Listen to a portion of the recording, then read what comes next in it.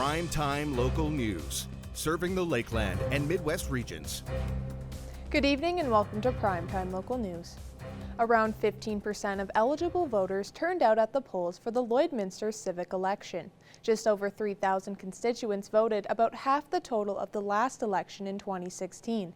Councillor Aaron Buckingham was re-elected for a second term on council, and he believes this experience overall is humbling. Our Shelby Clark has more.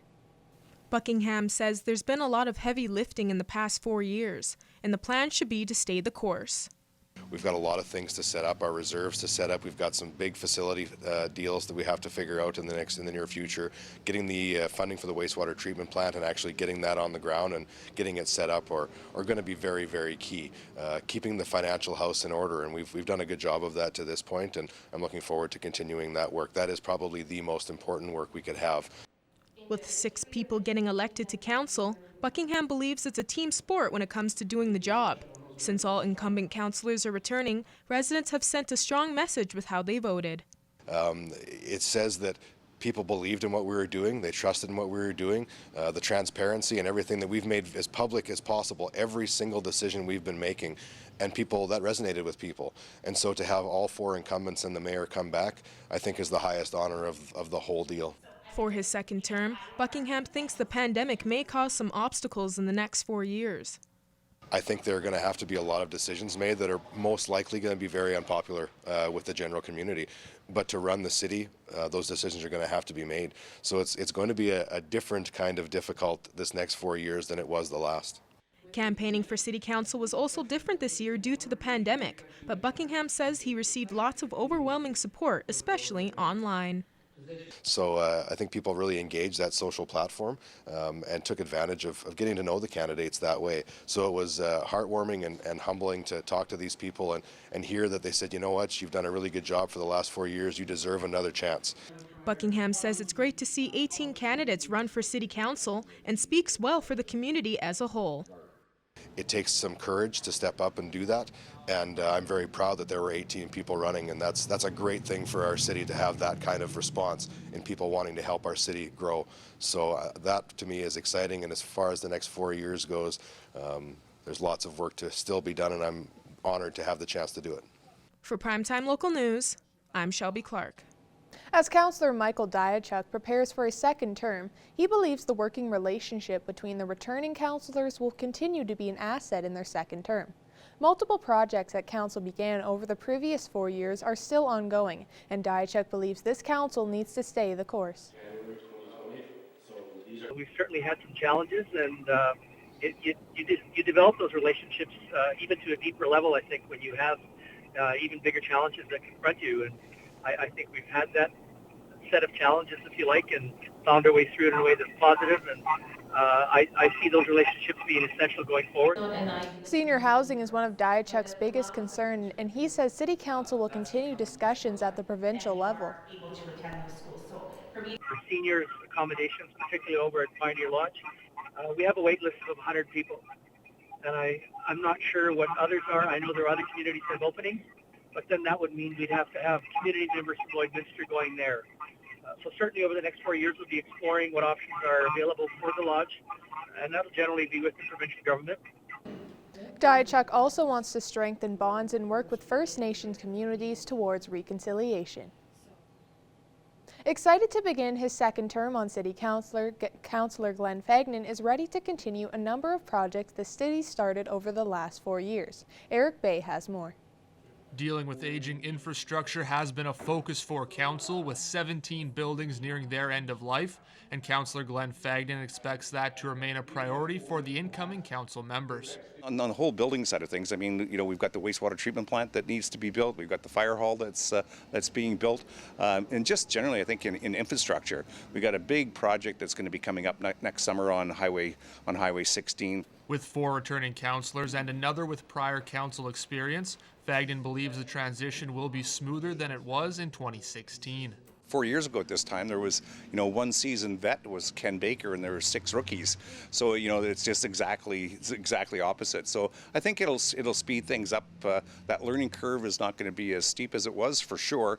And I know that Laura Lee is a clever girl, and she'll get that figured out quick. In the immediate future, Fagnan has many projects he hopes to complete right away. I've got a couple of smaller projects that I'm working at with the Crime Prevention Committee, getting that going, and universal parking for people with disabilities. So those are just little things that won't cost a whole pile of money. It won't cost the city anything.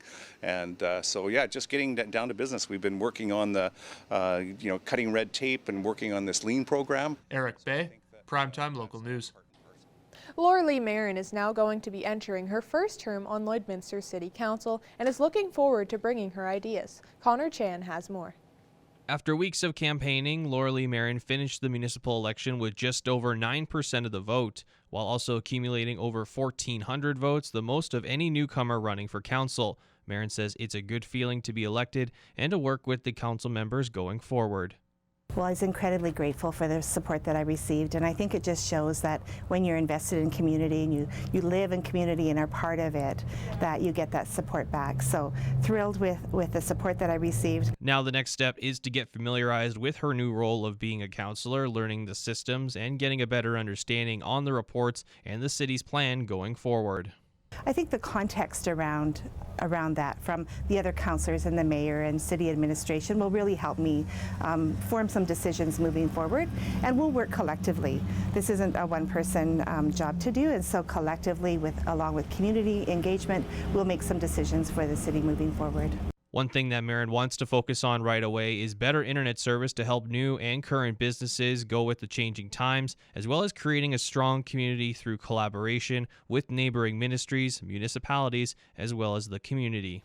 We know that connectedness makes a safer community. It helps people to have better mental and physical well-being, and it just creates a community culture that people want to be part of. That connect, communicate, collaborate are really things that I want to make sure that I hang on to as I move forward in my work on council. Connor Chan, Primetime Local News. Another incumbent city council was re-elected yesterday, Jonathan Torrison. We spoke with him about his reaction to being elected once again. Torrison says on Monday night he was picking up his signs and his wife filled him in on the results. He finished with over 11% of the total votes and received the highest amount of votes in the election, but he's just excited to help the community again. At the end of the day, it doesn't matter if you come in first or sixth, so long as you have the opportunity to, represent the city and represent the voters in the city. I think that's what's important. Having the most votes doesn't really make a difference to me, other than maybe a little friendly competitiveness between me and the other councillors. Now that the election is over, Torrison is excited and ready to get back to work. He's hoping to take the next step in a few community projects.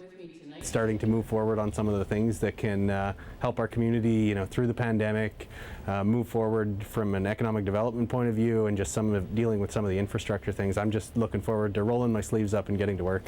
With the 4 other incumbents re-elected, as well as Mayor Gerald Albers, Torrison's glad he gets the chance to work alongside them at council again. The only thing I can speak to is how hard I know that the other incumbents had worked with me, so really excited to be able to work with them again. I know we don't always look at things the same way, but I know that they put a lot of effort into what they do, so I'm really looking forward to working with them. And even seeing, some of the stuff that I've seen from Laura Lee and Jason in the past, I know that their heart's in the right place, and I know that they're going to be great contributors to the process. The first council meeting is scheduled for Monday, November 23rd. In an election that saw a lot of incumbents returning to City Hall, Jason Whiting is one of the new faces elected. Jace Mackey has more on what Whiting hopes to accomplish this term on City Council. While Jason Whiting was not an incumbent in this election, he's still a familiar face when it comes to municipal politics. Whiting served as a city councillor from 2012 to 2016, and in the last municipal election he ran unsuccessfully for mayor. This year he was elected to council with 1,395 votes. It's familiar and different all at the same time. Of course, lots has changed over the past 4 years with this council, and I look forward to seeing things in this light, as well as bringing my experience from previous council forward and having a nice balance. This term, Whiting will be making public safety a priority and wants to focus on the economy as the city recovers from the COVID-19 pandemic and the oil price crash. You know, safety is my number one priority and always will be. Outside of that, definitely economic development. You know, I think we definitely need to take a hard look at that and see what we can do internally with our Economic Development Corporation and our partnerships with the region and that sort of stuff to see what we can really do and get things kind of moving again. Whiting is excited to work with the new council and mayor. He feels that with his previous council experience and being away for 4 years, he'll be able to strike a balance between experience and an outside perspective. Having an outside view moving into this term of council, bringing some other opinions that I might have seen or heard or learned from the first term on council, and just excited for the things that this previous council has done, and learning some of the inside stuff and moving forward. Lee Marin is the other new candidate elected to council in this civic election. Whiting has a history working with Marin and is glad to have her on council with him. We've worked together on a variety of different projects around town, from kicking off the youth council here in town to many other things, and I've watched her just be such an asset to our community through all the different organizations and initiatives that she has done here. So I would just absolutely it's happy to see her get on council. For Primetime Local News, I'm Jace Mackey. This past Friday, the Lloydminster Bobcats hosted the Bonnyville Pontiacs. The weekend was supposed to be a home-and-home series, but the snow had other plans. Evan Kenny reports. 5 more centimeters of snow is supposed to fall on top of the mound we got this weekend. This weekend was supposed to be filled with action on the ice, but thanks to the snow, we were limited to just 1 game.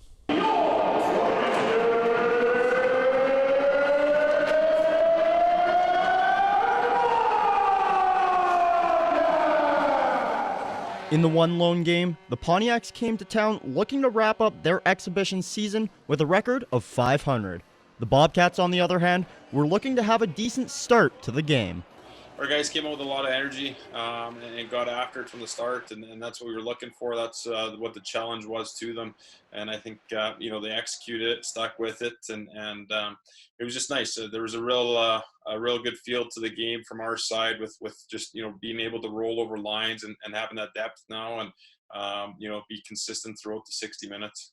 And the team followed through on their challenge. The home team was able to score 3 unanswered goals in the first half of the game en route to a 5-2 victory. To spread out the offense is a big part because we've talked about it all summer and into the season here about how we're going to need everybody chipping in, and I think that we saw that, and that was important for us as a group. But the other part too is just the overall commitment of guys. You see the shots being blocked and guys getting in the way and finishing on checks, and those fine little details are going to be huge.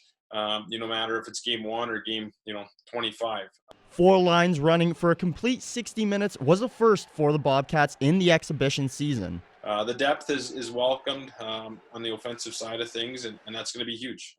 Whether we go up against Fort McMurray or Grand Prairie, look at those teams and the depth charts. It's going to be a battle every night, and it's important to have it. First and foremost is the safety of our players, and talking to the bus driver, he didn't feel it was safe to make that trip. But it gave us an opportunity to get up in the community and shovel some snow and do a team builder and have some fun that way. So obviously you want to play hockey whenever you can, but to be involved in the community is just as equal and important to us. Other games that were also canceled due to the snow include 2 Fort McMurray and Spruce Grove matchups, as well as games in the SJHL in Yorkton, Flin Flon, Nipawin, and the Battleford's home opener. Evan Kenny, Primetime Local Sports. Now we're Connor Chan. We'll take a look at your weather forecast.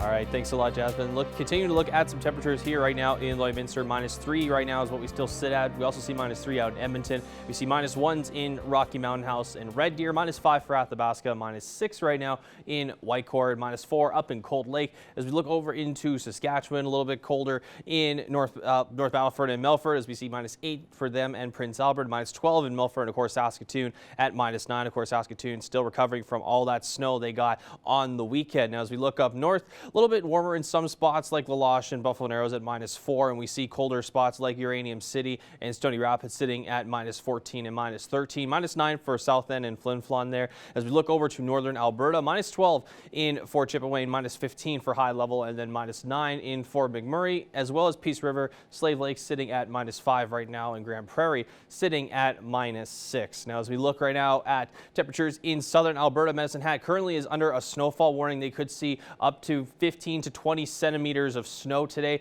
as well as areas in southern Saskatchewan are under a special weather statement as well, where they could see 5 to 10 centimeters, but also massive wind gusts that could reach close to 80 kilometers an hour. But as we look at the temperatures in southern Alberta right now, -2 for Lethbridge, 1 degree in Medicine Hat, -1 in Coronation and Calgary, and then we see -4 right now in Banff. Taking a look at southern Saskatchewan, -5 in Moose Jaw and Kindersley, with -9 going in Swift Current, -8 for Regina, -10 in Yorkton, and then -5 in Estevan. Now, as we look across the rest of the country, Toronto still continues to be fairly warm, still in the 20-degree range right now, as what they sit at right now. Winnipeg at -6 with some cloud coverage. Quebec City sitting at 14 degrees right now, with 9 degrees in St. John's and 11 in Halifax right now. 5 out in Vancouver, some showers, snow, continuing in Edmonton at -3. We also see a little bit more flurries in Yellowknife at -16, and then we also see -7 in Whitehorse with clear skies and a little bit of cloud coverage. So here's what we could see for tomorrow. We're going to see a much colder day expected with that wind chill. It could feel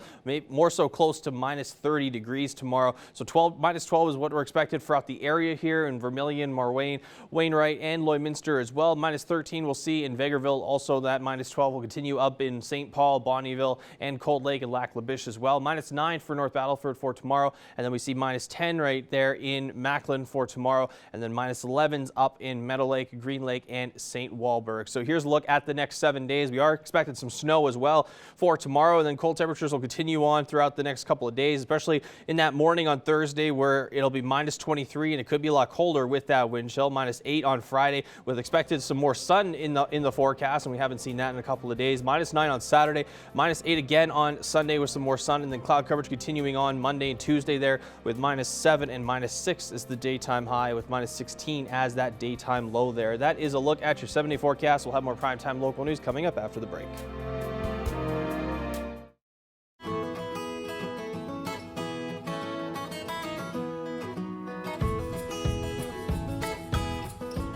Welcome back to Pet Project this week, everybody. I am joined once again with Becca Lawrence. Becca, how are you doing today?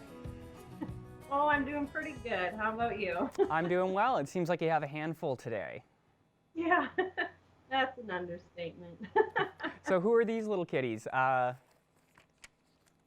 so these are the Harry Potter crew. So we got Dumbledore, Hagrid, and Bellatrix here. So there was quite a few more of them, but most of them have been adopted. So it's just these few left. Oh, we lost one. Beautiful, and they look pretty excitable. They're kittens, right? Yeah. So they seem pretty playful. How are they with, other animals in the shelter and things like that? Yeah, I think they're pretty good. They were in a good foster home that would kind of expose them to quite a bit. And then, they came from a large litter. I think there was about 9 of them. And so, yeah, they're used to being around other cats for sure. And they're still young enough, I think, to be, be fine with dogs and get used to dogs slowly and surely. Beautiful. Well, if anybody out there is looking for a kitten, surely stop in and get them early so that they can befriend your dog while they're still young. Yeah. So how are you doing for overall cat numbers right now, Becca? Are you guys still on the high end of things, or? Yes, yeah. In the last about the last week, we've really been getting a lot in again. Obviously, with the weather the way that it is, so that was a bit anticipated. But yes, we are generally quite full now.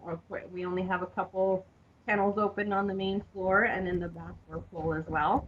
So it's yeah. We like I said, we were anticipating it. Obviously, when it starts getting really cold out, we do see a higher number of kitties. Well, so that's good news for anybody who's looking for a cat. You have lots of options to choose from, I suppose. But if you are, looking to help out, certainly stop by, because they could use some space in there so they can open up for some new cats. Yeah. How are you guys doing for dogs right now? We're not doing too bad. We actually have no dogs in care right now, which is a good thing. We're really happy about that. So, and I think, obviously it's kind of cooling down, so there's dogs out that don't really want to be venturing around as much anymore. So that's kind of nice. But yeah, we have 0 dogs in care right now. Well, that's really good news, Becca, because that doesn't often happen. Beautiful. So, do you guys have any upcoming events, anything on the calendar, or anything you're planning for the moment? We are still trying to plan a COVID-safe way forward to do our jail and bail. So I don't think like I said before, we don't have anybody coming into the shelter, but we do want to kind of still try and shimmy in a way that, we're still getting people in to help the animals, and that they can share it for us and everything, and then we can still try and have a semi-successful jail and bail here at the shelter. So are you currently looking for volunteers for that, Becca? Yeah, absolutely. Like, we've had a bit of a busy few weeks here, so we are getting a little bit late trying to start it up. But, I think this next weekend, and we're really going to start going out and asking the community if they want to be involved.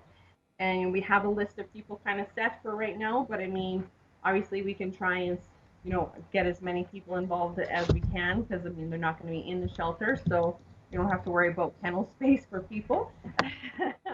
But yeah, so that'll be really nice, and hopefully semi-successful anyway, at the least that we can hope for.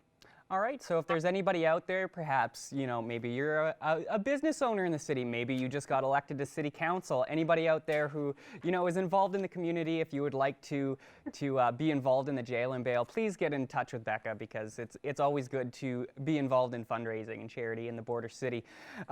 Becca, so are there any item donations right now? Like, I know I always like to ask every week if there's anything specific you're looking for. You were saying that, you're pretty full with cats right now. So is there anything people could drop off to help out your large cat population? Like I said last week, Pet Valley really set us up for a while for cat food, wet and dry. So that's really, really helpful. But I mean, again, like any kind of laundry detergent, things like that, or even if you are stuck at home from COVID and things like that, and you want to do something to, help the animals out, you can, if you want to make little blankets, or or donate any blankets or towels, things like that. We'd love anything like that. Beautiful. Well, there you go. If anybody wants to do a good deed for the week, perhaps maybe think about dropping something off at the SPCA, or write them a check is always a good option too. Well, we're all out of time for this week, but I want to thank you again, Becca, for joining us, and we'll speak with you again next week. Manage your waste and recyclables with Quick Pick Waste Disposal. 100% locally owned and proud to serve and support the communities we call home. Quick Pick, the convenient solution to avoid pollution.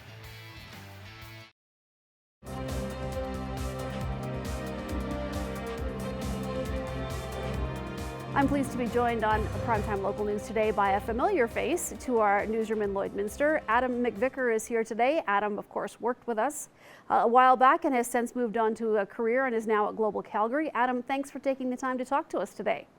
Well, thank you for having me. Now, Adam, the reason that we're chatting with you is because just recently you were sent down to the U.S. to cover the election down there. Now, tell me how that happened with your role at Global Calgary. So we sent a whole team down. Global National sent an entire team down to different cities across the U.S. I believe Portland.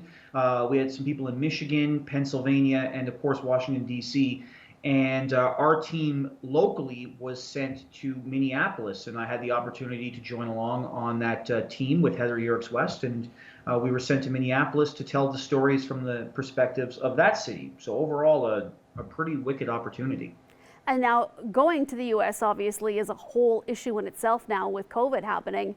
How did you guys get there? Did you fly? Did you drive? And what were some of the parameters that you had to deal with heading down there? Well, we brought a lot of equipment with us when it comes to, cleaning and hand sanitizer and masks. We drove down to avoid any conflicts or anything with flying, any potential risks there. We drove down through Montana and into North Dakota into Minneapolis. It was about an 18-hour drive. We split up amongst 2 days, and we ended up driving through 2 states that are really being hampered by COVID-19 right now. So we tried to be as safe as possible, washing our hands often, wearing masks often. even just the single one-time use masks, wearing them for maybe 5 minutes to run into a gas station, just taking all the necessary steps to make sure we were okay as we traveled through those states being heavily impacted right now. Now, once you got to Minneapolis, how did you have a plan? Did you have something that was set up ahead of time as to what stories you were going to do? Or did you get there and you were just going to try and get the feel of what was happening within the city? How did that all play out, Adam? We actually had a couple of stories lined up. Heather had spoken to a few people in Minneapolis for a few different stories that we were hoping to cover, while also kind of taking the general feel of the city for as we headed towards the election. So we did have a few stories lined up, some interesting stories about African American voting, as well as the fallout from the killing of George Floyd, and exactly what that police department looks like now, 6 months after the fact. Now, what was the reception when you were down there by the people of Minneapolis? Was it indifferent to having you there? Did you find them overly friendly, or what was it like when you were dealing with the people and trying to get the interviews down there, coming in, kind of as an outsider from Canada? Honestly, I think that came that came as a benefit to us. People did approach us every once in a while and just kind of asked, "Hey, what channel are you with?" And we explained, "Oh, we're journalists from Canada covering the presidential election down here in Minneapolis." And typically, after explaining we were a Canadian outlet, or the reception was quite good. People in Minnesota are notoriously friendly. And that rang true during our whole trip down there. Everyone was very kind to us, and we didn't encounter any issues with anybody regarding our storytelling or our presence there. And what was the concerns, or some of the concerns that you had? Because obviously there had to be, given the things that have happened down there, some thought about safety and procedures and what you were going to encounter. So were there ever times where things were a little bit dicey for you and Heather, Adam, or was it pretty much kind of smooth sailing, but with caution? The trip was, overall, looking back now, very smooth sailing. Obviously, on the way down, you fear kind of the unknown. So the immediate concerns were, COVID-19. Minneapolis is about 1 million, Minnesota rather, is about 5 million people. So about 1 million more people than Alberta. And when we were down there, they were recording around 3,000 cases per day. And when we left, actually, they broke in the 5,000 case per day mark. So COVID-19, trying to make sure we were safe around that was obviously the number one concern, but also the reaction to what the election result would be was relatively unknown at the time. So when we started to notice very quickly that there was a lot of businesses in the town that boarded up their windows, and that seemed to progress throughout the week. But overall, everything was smooth sailing at the end of the day. Now, I was watching some of the stories you were posting on your social media, Adam, and I know that you were literally in the area where the George Floyd incident happened, and a lot of the protests and fires and that sort of thing. What was it like being down there after having seen what happened, through previous news stories on television, and then you guys actually to be in that same location? It was definitely an interesting and very fascinating experience to be down there, just to see the fallout of that situation and exactly what that area looks like now. I mean, the area where George Floyd was killed is now a whole city block. It's a giant memorial, and the community is kind of taken back. It was described to us as an autonomous zone. And so there are no police allowed in, and it's more of a community gathering place now for many people. They hold community dinners at night. There's a medical area. There's a book share and a toy share, and it's a very interesting memorial. It was a very heavy experience too, understanding what happened there. It's just 6 months ago, sparking movements internationally, including where I'm at here in Calgary. And to be at that spot was a very heavy moment for sure. But yeah, very fascinating experience to see exactly what happened to this area after all the news cameras left, after the story kind of ended in Minneapolis. What was happening there during this time? It was very interesting. Well, Adam, we really appreciate you talking to us today about your experience. Is there anything from the whole trip overall that you really kind of sticks out for you as one of those moments that you will always remember? We met a few great people. And I think it was the people that were the best part about this trip in our interviews. We met a father and son who the son was going to be voting for the first time at the age of 18 years old. He was just turning 18 the day before the election, and he was so proud to take his son. We met a restaurant owner who had trouble with the law and was acquitted, and now runs a vegan soul food restaurant. We met a city councilor and a person who volunteers with a group called Mad Dads who patrol the streets downtown as more of an outreach in kind of partnership with the police department. So there was a lot of very interesting people that we ended up meeting down there, and that was ultimately the best part about the whole thing, was the people. Well, Adam, once again, thanks for joining us today, and congratulations on being selected to, cover that U.S. election. That's a really, fantastic for your career, and we wish you the best of luck in the future. And I'm sure we're going to be seeing you doing more national reporting and maybe possibly international in the future. So thanks again, and please stay in touch. I appreciate it, Stacey. Thank you so much for having me. Thank you. Thank you for joining us on Primetime Local News. Have a great night.